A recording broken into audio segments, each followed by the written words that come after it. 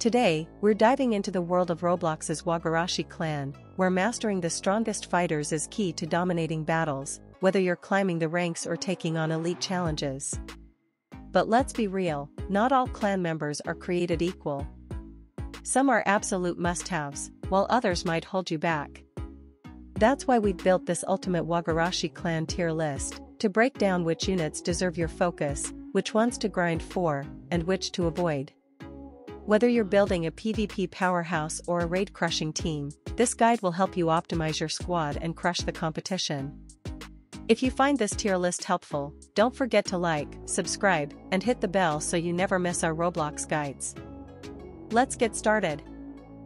Alright, let's talk about the D-tier Wagarashi clans. These are the ones you really don't want to get stuck with. They're either way too weak, have useless moves, or just get outclassed by literally everything else. If you roll one of these early, you might as well re-roll or start grinding for something better immediately. First up, Hitaki, Cloud Clan. Now, this clan technically has one redeeming quality: its progression gives you a 25% lightning damage boost, which sounds nice, but that's it. The actual moves? Trash. The triple lightning strike looks cool, but it's super easy to dodge if the enemy just walks forward or backward. And the striking impact is just a weak little melee shove, nothing special. Unless you're fully committing to a lightning build, and even then, there are better options. This clan is D tier for a reason. Then there's Inuzuka, Stone Clan. Oh boy. This might be the worst clan in the entire game. Its passive lets you see players in different colors, which... cool, I guess? But in combat, it does nothing for you. The moves are even worse. Raging Leap is this sad, slow jump attack that barely does damage or even gets you any height. And the slashing combo? Just a basic, forgettable melee string. There's zero reason to use this clan unless you have no other choice. So yeah, D-tier clans are a scam. If you pull one, either re-roll or start grinding for an upgrade fast. Next, we'll look at C tier, the clans that are kinda usable but still not great. Stick around for that. Drop a like if you've ever been cursed with one of these clans, and let me know in the comments which one hurt you the most. Alright, let's talk about the C tier clans. These are the meh options of the Wagarashi world. They're not completely useless, but you'll definitely feel their limitations, especially when you go up against better clans. First up, we've got the Btier clan. You know, the bug guys. They're okay, I guess? Their moves aren't terrible. You've got this beetle explosion that does damage over time and a straightforward blast attack. The beetle armor gives you some damage reduction, but here's the catch: it constantly drains your chakra. So you're basically choosing between being slightly tanky or being able to use your moves. It's manageable early on, but you'll quickly realize there are way better defensive options out there. Now, the Kazusuna clan. Oh boy, this one's frustrating. It's a sand clan with a bunch of moves that sound cool on paper but are just awful in practice. Most of their attacks either leave you wide open or do pathetic damage. That sand trap move? You have to stand completely still while using it, basically asking to get wrecked. The sand armor is decent for tanking hits, but that's about the only good thing here. Against any half-decent player in PvP, you're gonna have a bad time. The sad truth is, while these clans aren't completely unusable, they'll make you work way harder than you should have to. You can get by with them if you really have to, but the moment you get something better, you'll want to switch immediately. They're like that old phone that still works but dies at 30% battery, technically functional, but constantly reminding you that you deserve better. Next time, we'll look at some actually decent clans, the B tiers that might surprise you with how usable they are. Stick around for that. And hey, if you've been stuck with any of these mediocre clans, let me know in the comments. Misery loves company, right? Alright, let's talk about these B-tier clans in Wagarashi. They're like that reliable but slightly outdated phone you keep using because it still works, but you know there are better options out there. First up, the Btier clan. These guys are your go-to for PvE content. Those scorch orbs absolutely wreck NPCs, and the aerial shots give you some nice mobility to dodge attacks. But take it into PvP? Yeah, good luck. Your opponents will dance around your attacks like they're standing still. It's like trying to hit someone with a slow-moving beach ball. Looks scary until you realize how easy it is to avoid. Then there's Kaguya, the definition of meh. The bone sword hits like a truck if you can actually get close enough to use it, but that's a big if. Most fights feel like you're a boxer with T-Rex arms trying to reach someone who keeps stepping back. The zoning moves are decent, but against any clan with real range, you're gonna have a bad time. Miyajima is basically Kaguya's less impressive cousin. Sure, you get some crystal armor for defense, but it eats up your chakra like crazy. It's like wearing a heavy winter coat in a fight. Yeah, you're more protected, but good luck moving quickly or doing anything fancy. Now, Yatsuki? This is where things start getting interesting. Finally, a lightning clan that doesn't completely suck. The laser spam is actually satisfying to use and can control space pretty well. It's not gonna win any tournaments, but at least you don't feel completely outclassed when using it. And then there's Namikaze. Oh boy. This one hurts. On paper, it sounds amazing, teleporting kunai, Rasengan, all that flashy stuff. But in reality? The moves are clunky as hell, the combos don't connect half the time, and you'll often find yourself whiffing attacks that should have hit. It's like getting a sports car that only starts every third try. Looks awesome in the driveway, but good luck actually using it properly. The bottom line? These Btier clans will get the job done if you're willing to work with their limitations. They're like the middle children of the Wagarashi world, not bad enough to complain about, but not good enough to brag about either. You can definitely win with them, but you'll probably find yourself eyeing those A and S tier clans with envy. Alright, let's talk about the A tier clans. These are the ones that'll actually make you feel powerful in battle. They're not quite broken like the S tier stuff, but they're damn close, and with the right playstyle, they can absolutely dominate. Rai, Cloud Clan Legendary. This clan is all about lightning-fast melee attacks and insane mobility.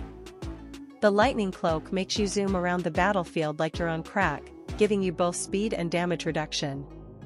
The Stomp plus Lariat combo hits like a truck, letting you dash in, smash someone, and knock them flying before they even know what hit them.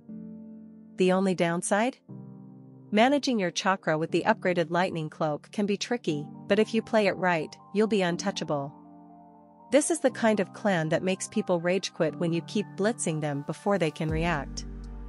Akimichi, Leaf Clan Rare. Ever wanted to turn into a giant spiky ball and just roll over people? That's Akimichi in a nutshell. Spiky Human Boulder is one of the best mobility moves in the game. Use it to chase, escape, or just bulldoze through groups. Combine that with Butterfly Wings, a buff that boosts all your stats but drains chakra, and Heavy Body Slam, a jump attack that stuns, and you've got a clan that's both tanky and aggressive.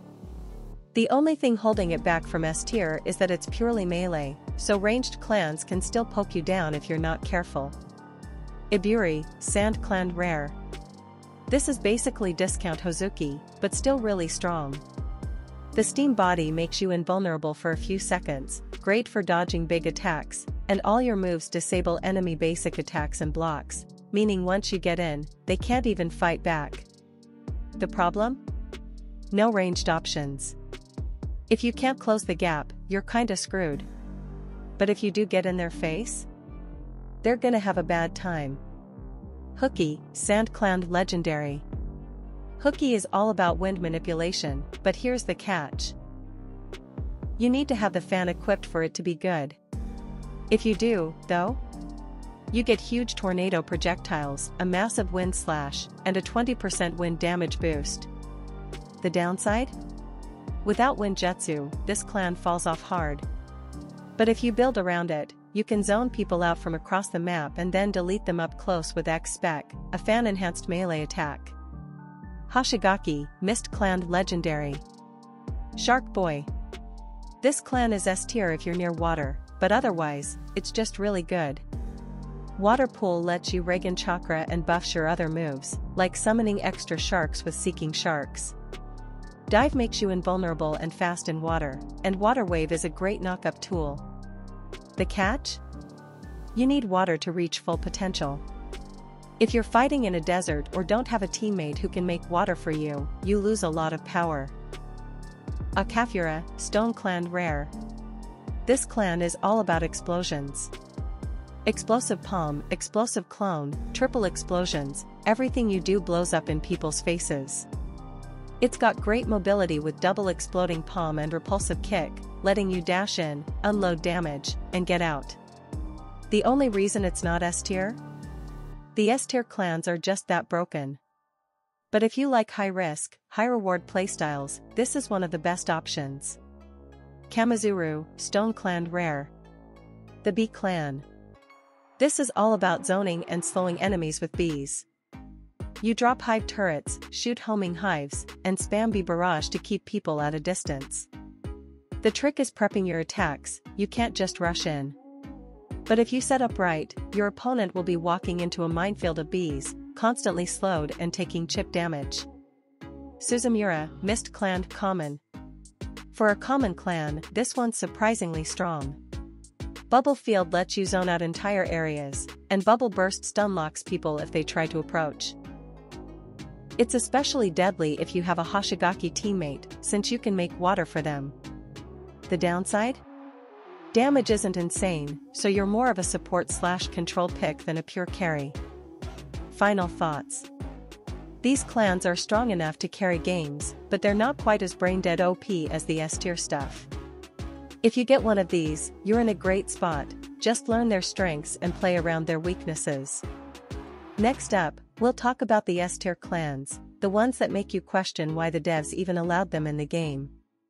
Stay tuned. Which A-tier clan do you think deserves to be higher? Let me know in the comments. Alright, let's break down these S-tier clans in a way that actually makes sense when you're playing the game. These are the clans that make you go wait, that's allowed, when you see them in action. They're so strong it's almost unfair, and if you're lucky enough to get one, you're basically playing the game on easy mode. First up, we've got the Uzumaki clan. These guys are all about chaining you down, literally. They shoot out these massive chains that lock you in place, and once you're caught, good luck getting out. It's like being stuck in quicksand while someone pelts you with rocks. The worst part? They never run out of chakra, so they can just keep spamming this nonsense forever. Then there's Karatachi, the burn specialist. This clan proves that rarity means absolutely nothing when your entire kit is about setting people on fire. Every single move leaves enemies burning, and before they know it, their health bar just disappears. It's like fighting someone who's constantly throwing Molotov cocktails at you while also punching you in the face. Hozuki is where things get really dirty. These water ninjas can turn completely invulnerable whenever they want, disappearing into puddles and reappearing across the map. Meanwhile, they're spamming water bullets at you from range. Trying to fight a good Hozuki player feels like trying to catch smoke with your bare hands, they're never where you think they are, and you're always getting wet. Saratobi is the ultimate mind game clan. They throw ash in your face to blind you, then set that ash on fire for massive damage. Plus they've got this staff that hits like a truck. Playing against Saratobi feels like being in a magic show where you're the one getting sawed in half, you never see the painful part coming. The Yuki clan is just cruel. They trap you in this ice mirror prison that shoots projectiles at you from all angles while slowing you down. It's like being stuck in one of those haunted house mirrors, except instead of looking funny, you're getting pelted with ice shards until you die. Senju might seem more balanced at first glance, but don't be fooled. These wood-style users are ridiculously tanky, can summon clones, and have moves that stunlock you into oblivion. Fighting them is like trying to chop down a tree with a butter knife, it's going to take forever, and you'll probably get smacked by a branch halfway through. Finally, there's Lee, the melee monster. If you thought fast-paced fistfights were cool, wait until you see this guy. He moves so fast he's practically untouchable while delivering kicks that can one-shot most enemies. Playing against Lee feels like trying to fight a tornado, you know the hits are coming, but good luck doing anything about it. The crazy thing is, these are just the S-tier clans. There are even more busted options out there, but these are the ones that'll make you either feel like a god or make you want to uninstall the game when you're up against them. Alright, let's talk about these S+tier clans, the ones that make you question whether the developers were even sober when they designed them. These aren't just strong, they're I won the game the moment I unlocked them levels of broken. First up, the Dtier Clan. You know those annoying fighting games where someone locks you in an infinite combo? That's Dtier, but worse. Their gentle fist style means once they touch you, you might as well put down the controller. That 64 palms move? It's not just a fancy name, you're literally eating 64 consecutive punches while stunned. And rotation? Forget about hitting them back, they'll just spin and knock you across the map like you're nothing. Then there's the Uchiha. Oh boy. The Sharingan alone would be bad enough with its copying and predicting moves, but no, they had to add a genjutsu that freezes you in place for 5 whole seconds. 5 seconds. In a fast-paced game, that's basically a death sentence. And their Lion's Barrage is just insult to injury, a simple kick that leads to an air combo that takes half your health. It's like the game is punishing you for daring to fight back. Now let's talk about Chinoike, because apparently someone thought what if we made a clan where every move explodes, was a good idea. Their blood techniques aren't just strong, they're literally undodgeable insta-hits. Blood spikes erupt from your body before you can blink, and their genjutsu is another, stand still and die special. The worst part? They bounce you around like a ragdoll between explosions, so you can't even recover properly. And moo, oh moo.